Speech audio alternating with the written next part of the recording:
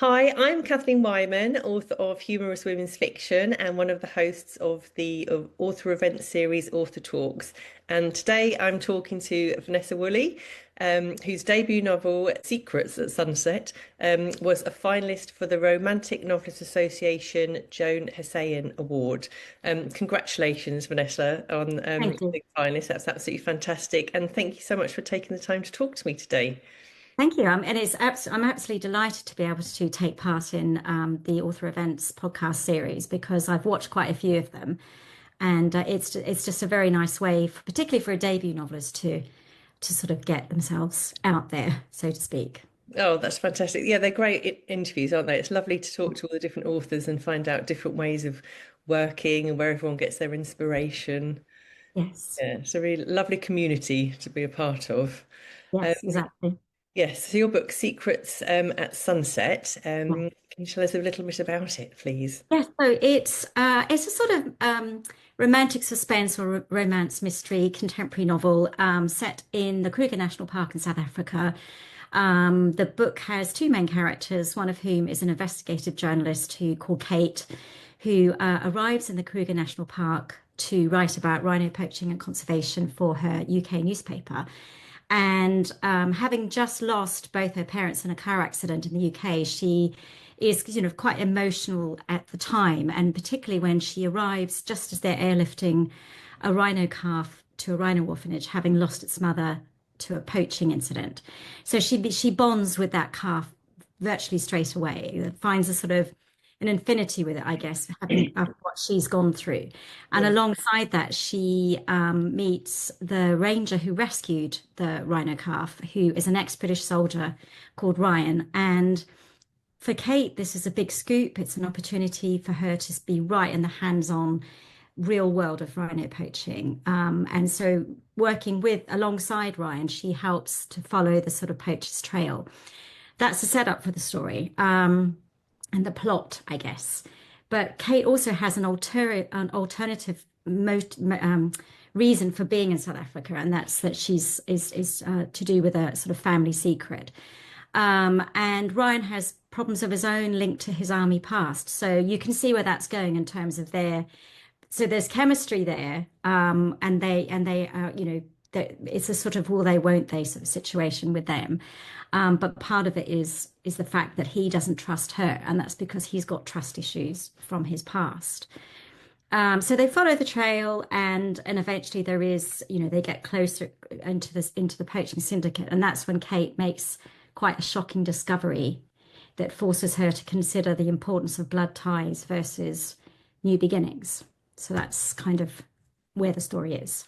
Oh, it sounds fantastic, really intriguing and exciting. A bit of chemistry, and you had me at Baby Rhino, quite frankly. Yeah, that's true. A lot of people say that. But the rest Um, sounds amazing. Yeah, I mean, my goal was to make it sort of quite plot driven, but to have the sort of romance running through it. And I think a lot of my reviews have said that it's a page turner. I think that's because they do want to know what's going to happen. Are they going to catch the baddies? What is going to happen? Are they going to get together? So it's sort of combined quite a lot of things in one Sounds book. kind of a bit like a romancing the stone or something. Yes, Indiana yes, Jones type. Yes, there's the yeah, intrigue and the chemistry as well. It sounds brilliant. Well done exactly. you. So when did you get the idea? Um, and Um, and how did it, what was the journey from like getting the idea to actually getting published? Well, I'd written quite a few drafts, as we all do. They're all down there in that drawer. So, and I was on holiday in, I think it was 2017 or 2018 in Botswana with my husband. And we were being flown from lodge to lodge across the whole country in these little light aircrafts that take about sort of six people or eight people. And every time we got on one, there was some kind of hunky or gorgeous male or female bush pilot. And so we were joking, and he said, "Why don't you write a book about, a bush pilot and having a romance with some, like a vet, a bush vet or a ranger or whatever." Um, and so I started to think about that and thinking that I would have it with an elephant, that they would rescue an elephant calf. Because we're in Botswana and there are lots of elephants, there Mm. were loads of elephants there. So that was the initial idea. And then not long after that, Netflix brought out a film called Holiday in the Wild with Rob Lowe and Kristen Davison.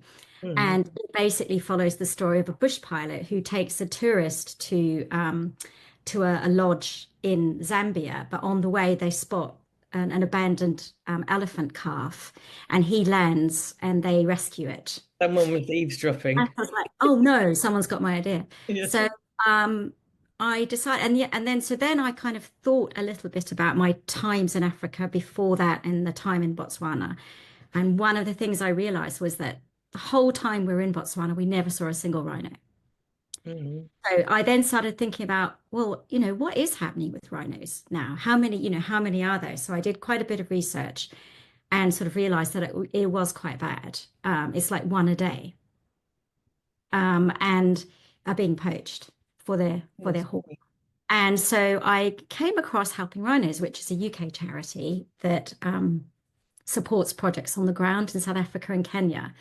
And they just happened to have an event in London sort of not long after that. And so I went along to that, um, and signed myself up as a volunteer, but also started writing newsletter communications and copy for their website. So articles, interviews, that sort of thing. So I started to learn an awful lot about what's happening with rhino poaching, and what are the projects. And there are some fantastic conservation projects, and it's not just Helping Rhinos, lots of other charities also support those kind of projects on the ground.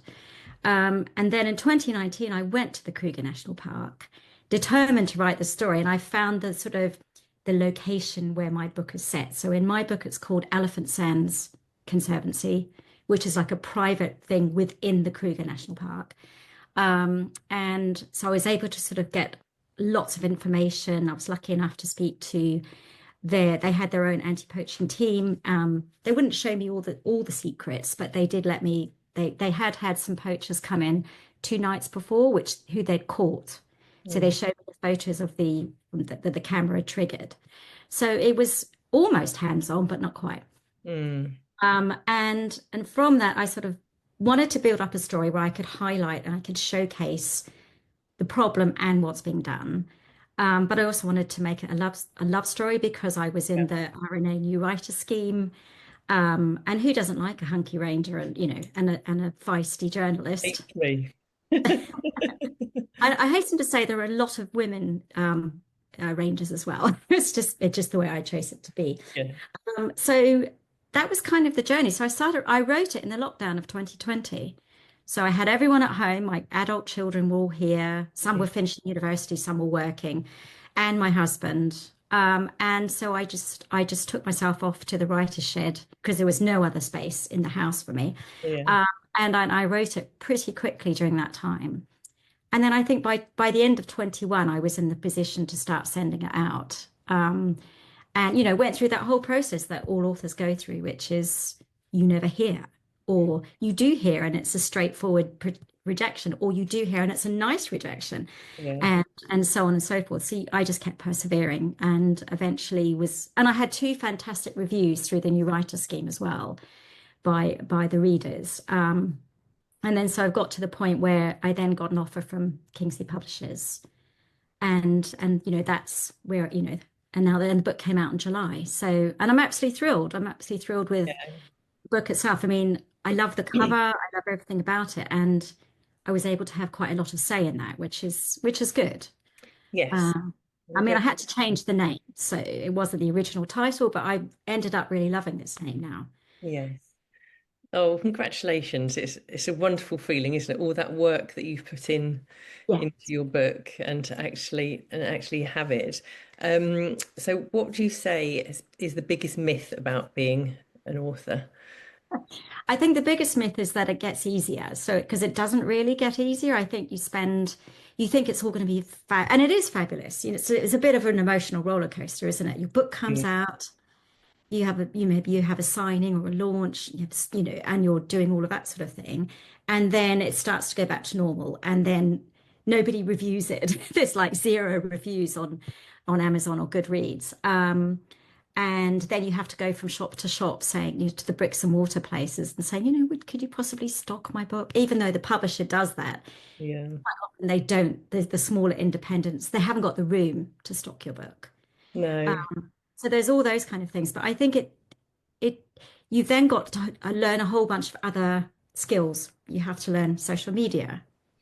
Even if you're on it before, you suddenly have to become Vanessa the writer, not Vanessa the person who takes photos of her poodle. Yeah. It's got to be there's got to be that professionalism by my book, but at the same time balance it with, other things. So learning about TikTok, I've never been on that before. And learning the power of my poodle actually in terms of TikTok. He gets a lot more views than I do. Uh, and I think those kind of skills, it's learning to understand all of that. So in a way, it's great, but the biggest myth is that you're going to be floating on a cloud the whole time is probably not true. Yes, I can. I think I can certainly empathise with that, and I think so would all other writers. Yes, I mean, we do have to be our own marketeers and promoters. We're self-employed, aren't we? It's our Yeah, business, and so yeah, we've got to keep exactly. constantly. And yes, when you were saying with the Instagram as well, there's a good balance between promoting a book, but also not just being buy, because that'll instantly put Yeah. people off following you. Yes. Yeah, that's right. And I think one of the things I've learned from being involved in helping rhinos is that I don't do the social media, but we have to write newsletters and we have to engage people's attention to give donations and things. But at the same time, we don't want to overdo that. So I did learn from that. That was a good, doing the stuff I did for them and helped me a little bit with that. Yeah. But it's been all good. I mean, I've really enjoyed the last well, it's only been out 3.5 months, so it's not very long. So a Mm. good way to go yet. I still don't understand Amazon and the like sales thing, rankings. I'm like looking at it going, what? What does that mean? No, I don't know either. And I still haven't mastered TikTok either. So well done you for, for doing that. Because you're so passionate about the helping rhinos and the charity, and you've been able to support them indirectly through your book, actually increase awareness of the plight of Yes. rhinos. I mean, I Yeah. didn't know that one was poached each day. That's just staggering, isn't it? Yeah. So Yeah. what advice do you have for authors who have a message or some values that they would really like to get across in their books? I think the thing is that if you're really passionate about something, that will help you write it. The emotion will come out in your book. I think it is to not overkill it, to sort of like balance it with the story, which is fiction, your characters' lives and your characters' journey, along with the facts. Because I did find, when I was going through the second or third edit, that there was a bit of overkill occasionally, and I felt like I was maybe being a little bit preachy, and I had to sort of take that Mhm. out, and I had to balance it with a bit of humor, a bit of dialogue, that sort of thing. But it does make it easier to write something if you feel strongly about it. I think that it does help Yes. because you've got that natural, you're not trying to make it up. It actually is here. Yeah, Um, that comes through in your writing, doesn't it? If you're yes, passionate yeah, and enjoying something. yeah. Um, and so this book is set in South Africa. How important is the location in your books? I think in this book, it's probably one of the main characters Yeah. alongside the other two. It is really important. I wanted to get across what it felt like to be in the bush, what it smelled like. Well, it's hard to describe smell. It's the one thing that you can't bring Mm, back with you when you've been there. You can bring photos and you can record sounds, but I wanted them to feel like they were there. So for people who had never been before, maybe encourage them to go and check it out. For people who have been, to remind them of how beautiful and how amazing it is. yes. I've written a couple of other drafts of books where probably the setting wasn't as important. My current work in progress is set in Cornwall, so that's quite a long way from the African bush. Um, and this it involves quite a lot of ocean stuff and swimming stuff, which is tricky because I haven't surfed since I was about 17. So I'm having to relive, Yeah. well, at some point I'm going to have to go and relive that. But I do think setting is important, but only if it's works for the story. I mean, Yes. sometimes you can read a book and not even think about where it is Mm, because you're so being driven by what yeah. the character. Mm. So you're working on your next book at the moment. What is your how do you write your book? So you do you plan, do you sit down and let it all flow out? Have you got a routine? Um, I think with Secrets at Sunset, I did have a plan, and I pretty much stuck to it. I went a bit haywire in the middle, and then because I had a third point of view, which I ended up taking out. Yeah. With this book, I started off thinking, right, I'm the current work in progress. I'm going to have a chapter by chapter plan, and I do, and it's 17 pages long, this chapter plan, because it's got a summary, and then I've put them at the start of each Word document. So I'm writing each chapter in a Word document. So that sounds really organized, but it's all going completely by the wayside because of the characters and what's happening. And I realize it's a very emotional book, this one. It's a mother and daughter thing. But there's also a third character. And it's based a little bit on a true story. Um, and it has an eco theme running through that as well. But it's hard because I'm finding myself writing scenes much further on in the book to help me with the start, Yes. which I never thought I would need to do. No, it's interesting, isn't it, how writing each book is different. Yeah. I guess like raising each child is different, isn't it? Each one has a Yes. different Yeah. personality. And I'm like you. I do plan. I have know what's got to happen in each chapter to get me to move the book along in a certain way. But then when the characters take over and you think, well, I didn't think this was going to happen. I think Oh, it's I know. that's I the know. joy, isn't it?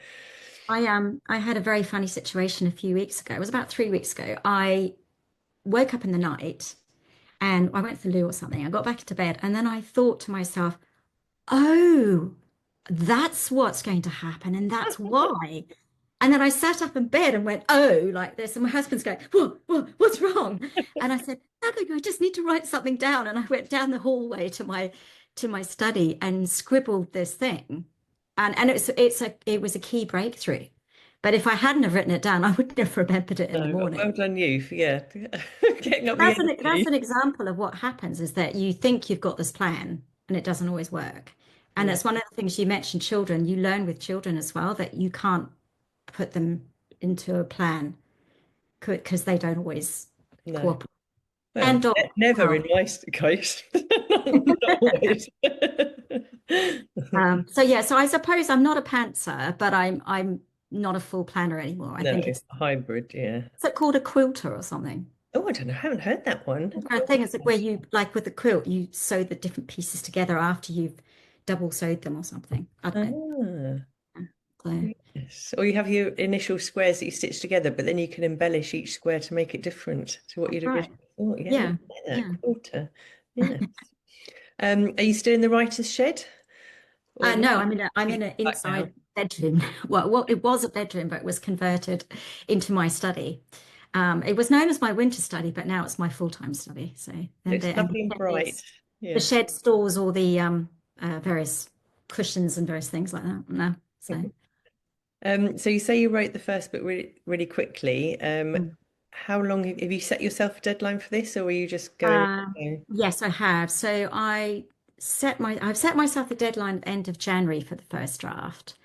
I've got to sort of get a structural copy edit deadline of around mid-February. Mm, So ideally, I'm hoping they don't have to do a structural, that it will be straightforward copy edit, the first copy edit. So my goal would be to get that across by mm, then. But I'm only just a quarter of the way in.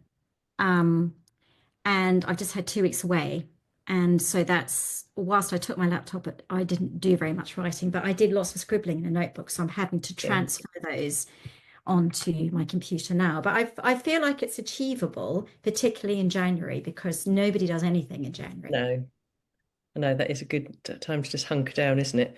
Yeah. Um, so before you started Secrets of Sunset, you did a Faber Academy course. Yeah. Um, what impact do you think that course had on your writing, and what would you say to other authors who are perhaps thinking about doing a writing course? Well, prior to that point, I hadn't really done very much on the creative writing side. I'd done a couple of, short courses, mainly learning the art of writing a short story, which I discovered that I cannot do because my short stories were way over the word count. So the Faber was really useful. I did the 3 month one, which was called Write Better. Hmm.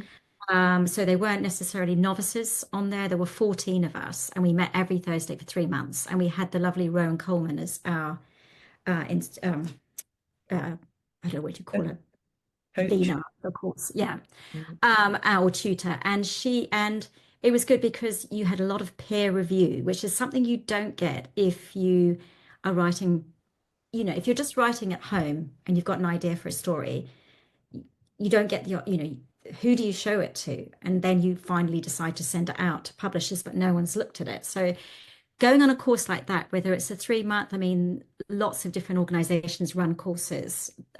They run online ones or in person, and it gives you that chance to have other writers look at your book, Mm.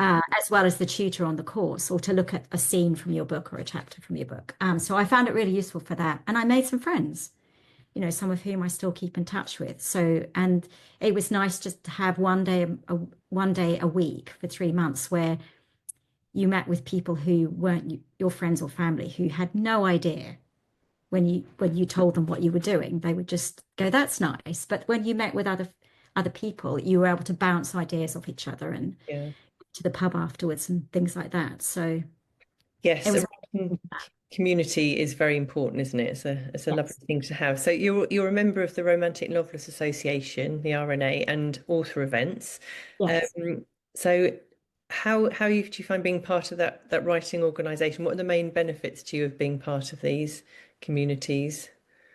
I think a very similar thing, meeting people, but also with the RNA and author events. It's meeting people who are more experienced than I am, who've had more books published, who are really more than happy to share their knowledge and support you. And I think that's a really good thing. So everybody's competing with each other. I mean, it depends on your genre, but on the whole, we're all competing a little bit with each other. But there's none of that in those organizations. When you go to the conferences, the workshops, the industry events, you don't have that. You have that natural, let's share things with people, which I think is really good. I think authors are very supportive of each other, aren't they? And because people buy more than one book, although yes, you want them to buy your book, it's not as competitive a field as if, people only ever bought one book a year. And Yeah, the exactly. you're fighting for And that it's always space. going to be a well-known author who writes crime fiction or something. Yeah. But Yes. it's true. But it's true. And I think also it is that sharing of knowledge. So, I went to the Bournemouth Romance Festival, which was my first author events one. And it was just so good because the people giving the talks were amazing. And they were all authors. And particularly the one that they did one on setting, which was great because I learned something about how I mean, I was lucky with the African book. I knew exactly where it was going to be set. But the Cornish book, I learned get a map, find a gap in the map, Yes. set your place there. And I just things like that was so useful. Mm, Having that sort of something I would never have thought of really. mm, Um, so that was really good. And I think just that chance, particularly if I go to the RNA conference, which is once a year, which yes. is usually over 3 days. This year they had a break and just did one day, but next year they're back to 3 days. And there's so many different things you can go to, and you get to hang out with. You stay the night it's usually on the university location, and you get to party in the kitchen afterwards, which is always good. Best parties always happen in kitchens. Yeah, exactly. Oh, fantastic. So you were born in Zimbabwe. We're going back to, you were just talking about locations, but you've also lived in South Africa, New Zealand, and Australia. Yeah. So you kind of covered South Africa in Secrets at Sunset. Do you think you might cover Zimbabwe, New Zealand, or Australia in a future Well, I book? don't know. I do have an idea for a story set in Australia, but that is probably not the next book after the one I'm writing. It's probably because my next plan is a book set in London, and it's all set around the Battersea Dogs Home. So, but I do have an idea, and I've had it for a while. It's sort of written in my notepad, which is for a book set in Australia, Hmm. partly in London in the 1990s, and then in Australia in present day. So in a rainforest kind of setting. So yeah, maybe I'll do that. Maybe I'll do Australia because it's always a good reason to go back and visit my family there. So Yes. go Yeah. back and spend some time doing that. Where did you get your inspiration from? You explained about the Secrets at Sunset. What about Mm. the Cornwall book and the London one? Well, the one I'm writing at the moment, so its working title is All at Sea. And the inspiration actually got that while I was writing Secrets. So I was down in the shed, and I was actually not writing, but spending time reading online some newspaper articles. And I came across one about a cassette tape that was found in the sea in the Canaries, and it still worked. Wow, that's So amazing. I wrote it on a post-it note, and that post-it note's now very faded because this is a while ago. And so I'm finally getting around to weaving my own story version of that. So that sometimes it's those little things that give you an inspiration for stories. And the one in Battersea is very much the fact that I'm often up there, and I take my dog up and we walk in Battersea Park, and there's this whole new it's the whole thing about dog owners and dog walkers. And I also wanted to write a little bit about dementia, so I wanted to tie those two things together. So I kind of like to write a story where there is other things going on Yeah, besides the plot. yeah, yeah. And all important things that people can relate to or be educated by. And Yeah. yeah, I mean, a lot of things happen in our lives that are very sad or very unfortunate, and those themes come up a lot in a lot of books, grief, all those kind of things. But actually, alongside it, there's humor as well, and yes, there's everyday life. yeah. So The it's life quite nice to show. balance those in books. Yeah. What would you say are your top writing tips? Well, right, Yes. because I think is get yourself in front of the computer or in front of a piece of paper, however you write. I think if you've got an idea for a story and you know what you're doing, you should just write, and it doesn't have to be perfect. But the point is that you can never edit a blank document. So the key is to get the words there. Yeah, And even if you're only writing 300 or 400 a day, and other days you're writing more, it doesn't matter. And it doesn't matter if it doesn't really flow, because that's the first draft is only really for you. It's not yeah, for anyone else. So I think the thing is to write. And I think also to read a lot, because I do read lots of books, and I listen to audiobooks, and I read ebooks, and I read actual books. And I do find that really helps me with lots of things. It just gives me inspiration, mm, see how other writers do it. If a book makes me emotional or makes me laugh, then, that's my ultimate goal would be to get to that. yes, So I think those are the main things, is to do that and believe in yourself, and also find some buddies, writing buddies. yes. Yeah, definitely need that support network, don't you? Yeah. It's brilliant. Where can the readers find your book, buy your book? So they can buy it from the big giant that is Amazon, Mm, as an ebook or a paperback, and they can also get it from Waterstones online, all those kind of bricks and mortars, but on their online. They're not always in all the shops, but you can certainly get them online from all of mm. those.